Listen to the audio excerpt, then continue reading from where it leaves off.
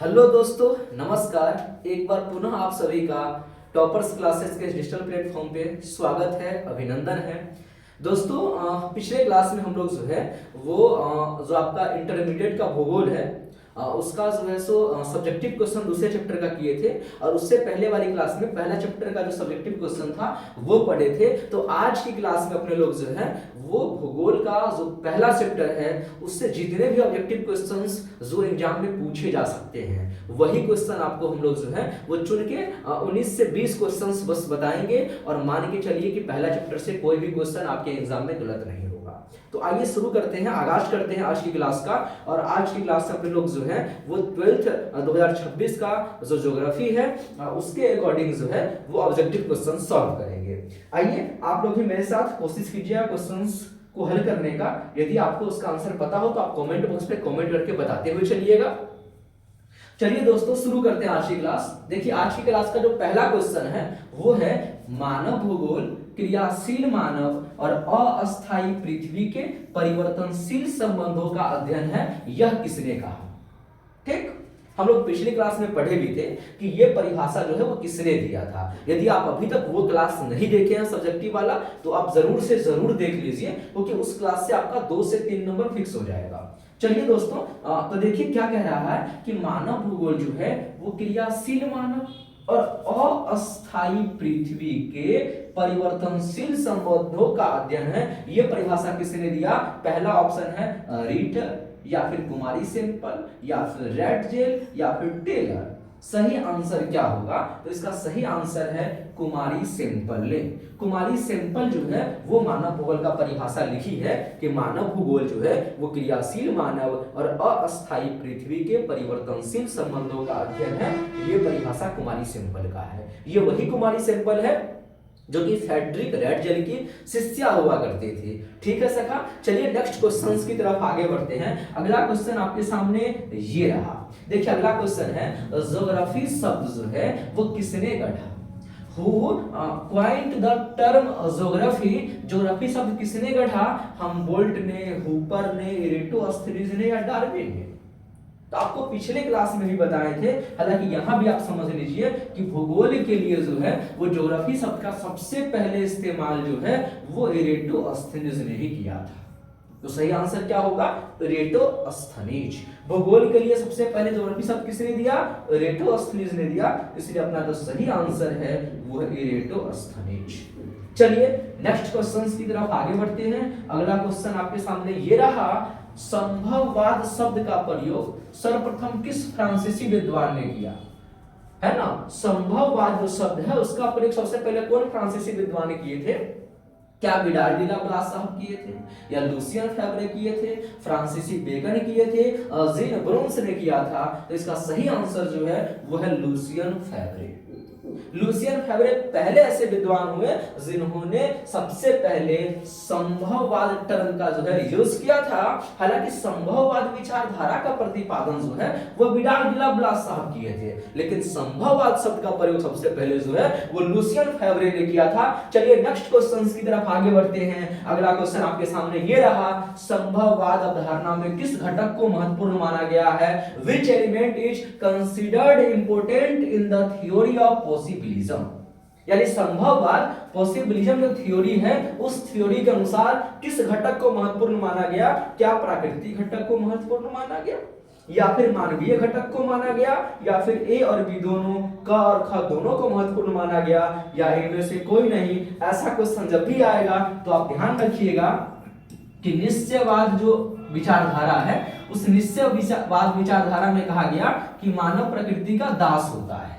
यानी कहने का मतलब ये हुआ कि इसमें जो है प्रकृति पर ज्यादा महत्व दिया गया, जबकि वही संभववाद और संभावनावाद विचारधारा में जो है वो मानवीय पहलू पर ज्यादा जो है क्या किया गया, उसको महत्वपूर्ण बताया गया। यानी सही आंसर अपना होगा मानवीय घटक, ह्यूमन एलिमेंट जो है उसको महत्वपूर्ण माना गया है कि नहीं? तो संभववाद अवधारणा में किस घटक को महत्वपूर्ण माना गया? मानवीय घटक को जो है वो महत्वपूर्ण माना गया। चलिए नेक्स्ट क्वेश्चंस की तरफ आगे बढ़ते हैं। अगला क्वेश्चन आपके सामने ये रहा। अगला क्वेश्चन है मानव भूगोल का संस्थापक किसे कहा जाता है?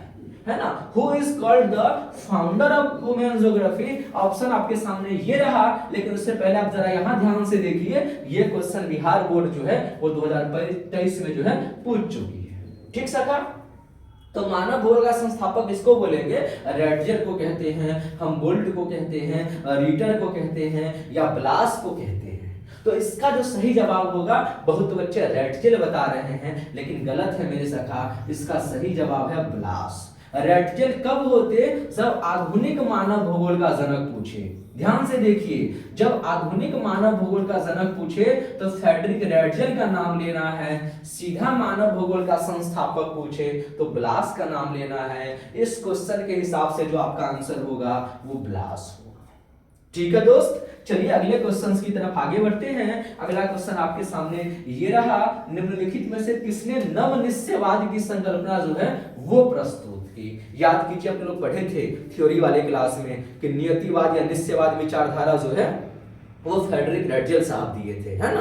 इसके अलावा जो संभववाद या संभावनावाद था वो विडार्डिला ब्लास साहब दिए थे, और नवनियतिवाद या नवनिश्चयवाद जो विचारधारा है वो ग्रिफिथ टेलर साहब दिए थे। तो देखिए इसका आंसर क्या होगा। देखिए ये क्वेश्चन भी 2013, 16, 18 में 3 बार पूछ चुका है। यानी निम्नलिखित में से किसने नवनिश्चयवाद की संकल्पना प्रस्तुत की?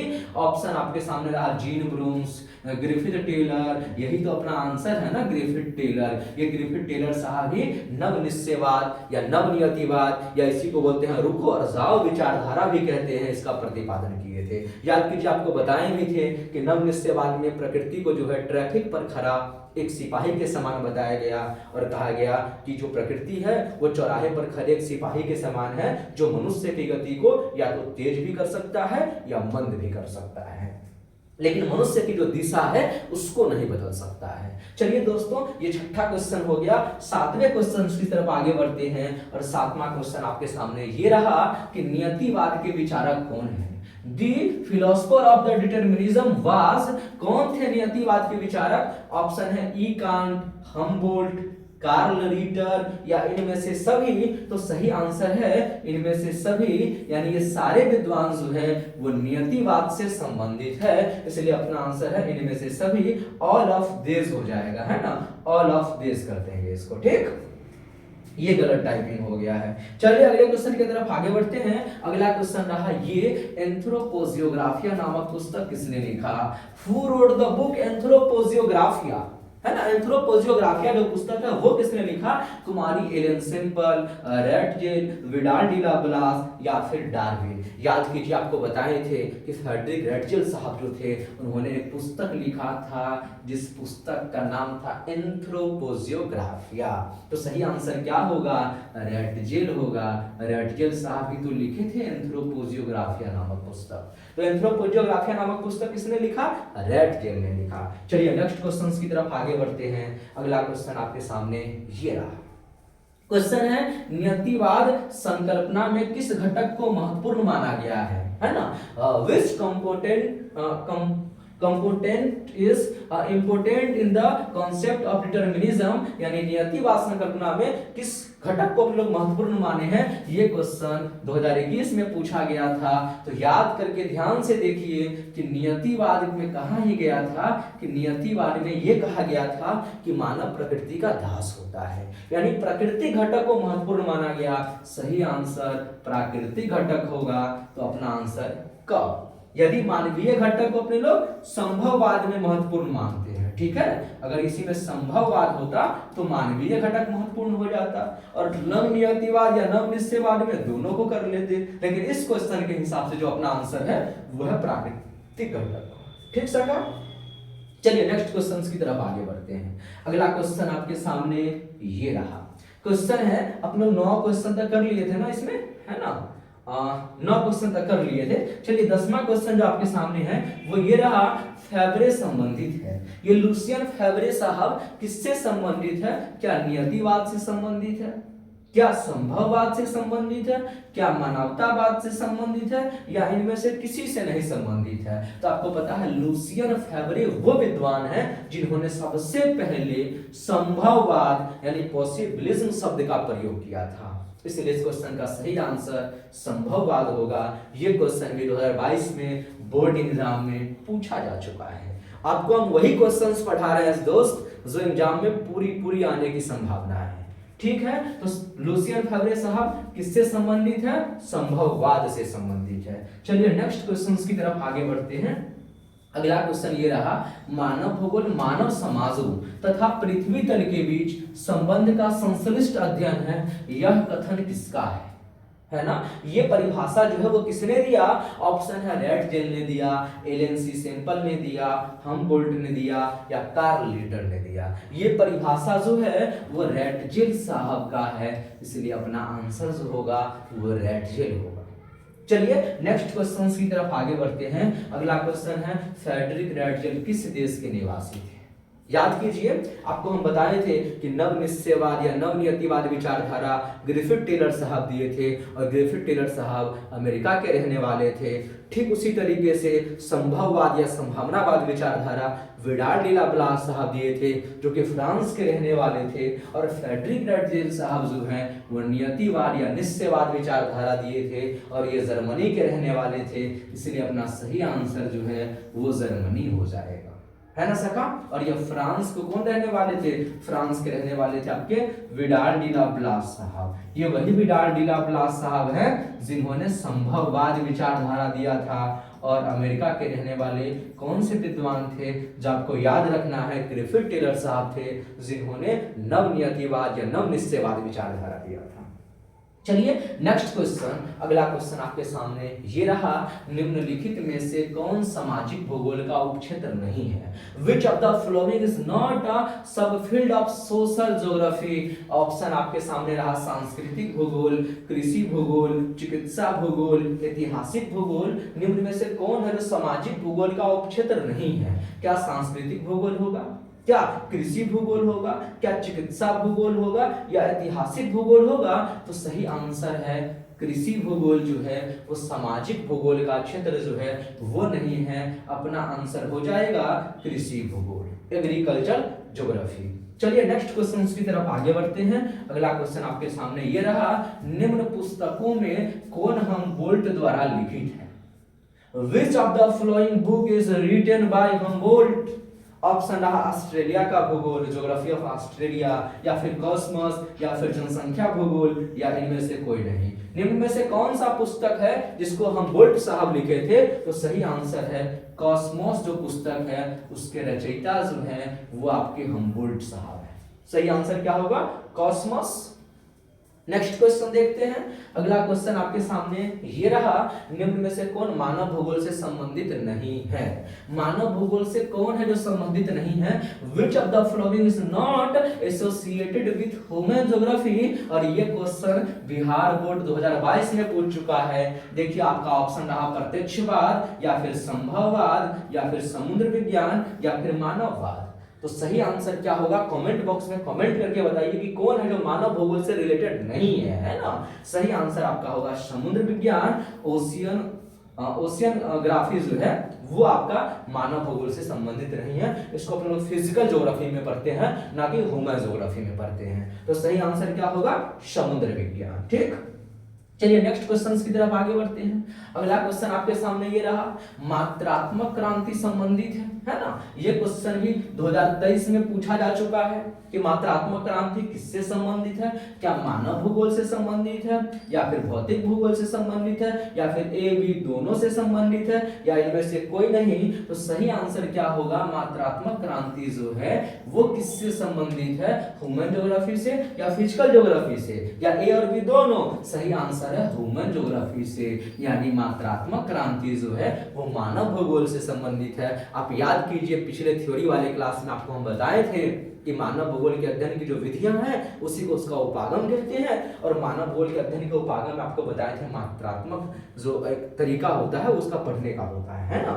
चलिए नेक्स्ट क्वेश्चन की तरफ आगे बढ़ते हैं। अगला क्वेश्चन आपके सामने ये रहा, क्वेश्चन है ग्रिफिथ टेलर द्वारा कौन सी विचारधारा दी गई?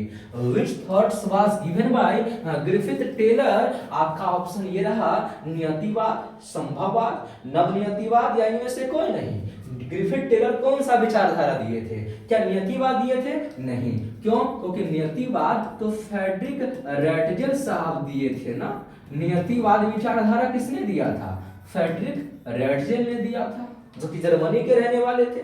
संभववाद यानी पॉसिबिलिज्म जो है वो विचारधारा तो आपका विडाल डी ला ब्लास साहब दिए थे, है ना, विडाल डी ला ब्लास जी दिए थे। ये विडाल डी ला ब्लास जी जर्मनी के नहीं सॉरी फ्रांस के रहने वाले थे, है ना। और ये जो नवनियतिवाद है, ये नवनियतिवाद या नवनिश्चयवाद विचारधारा जो है वो टेलर साहब दिए थे, ग्रिफिथ टेलर साहब दिए थे, जो कि अमेरिका के रहने वाले थे। और इसी नवनियतिवाद या नवनिश्चयवाद विचारधारा में तो कहा गया था कि मानव जो है सॉरी प्रकृति जो है वो चौराहे पर खड़े एक सिपाही के समान है, जो मानव की गति को कम या तीव्र तो कर सकता है लेकिन उसके दिशा को नहीं बदल सकता है। सही आंसर नवनियतिवाद यानी नवनियतिवाद विचारधारा जो है वो किसने दिया? वो दिया था आपका ग्रिफिथ टेलर साहब ने दिया। ठीक है सका, चलिए नेक्स्ट क्वेश्चंस की तरफ आगे बढ़ते हैं। अगला क्वेश्चन आपके सामने ये रहा। क्वेश्चन है रुको और जाओ निश्चयवाद संकल्पना का प्रतिपादन किसने किया? रुको और जाओ जो निश्चयवाद है उसको प्रतिपादित करने वाले व्यक्ति कौन थे? वेट एंड गो डिटरमिनिज्म जो है वो किसने दिया था? आपका ऑप्शन रहा फेवरे, ब्लास, रेटजेल या फिर ग्रिफिथ टेलर। तो आपको पता ही है किस विचारधारा को रुको और जाओ विचारधारा कहते हैं।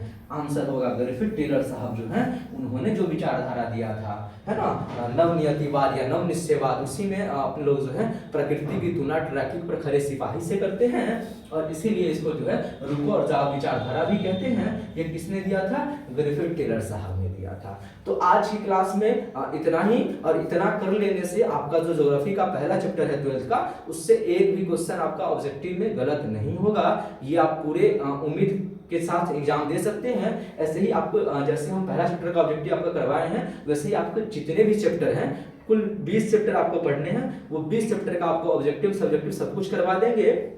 बस जैसे जैसे आपको क्लास मिल रहा है आप उस क्लास को देखते रहिए, साथ ही साथ उसको रिवीजन भी करते रहिए। यदि ये क्लास आपको अच्छा लग रहा है तो वीडियो को लाइक शेयर सब्सक्राइब कीजिए और अपने दोस्तों के पास भी इसको जो है शेयर करना बिल्कुल ना भूलिए। तो मिलेंगे आपसे नेक्स्ट क्लास में, तब तक के लिए take care, have a nice day, bye bye.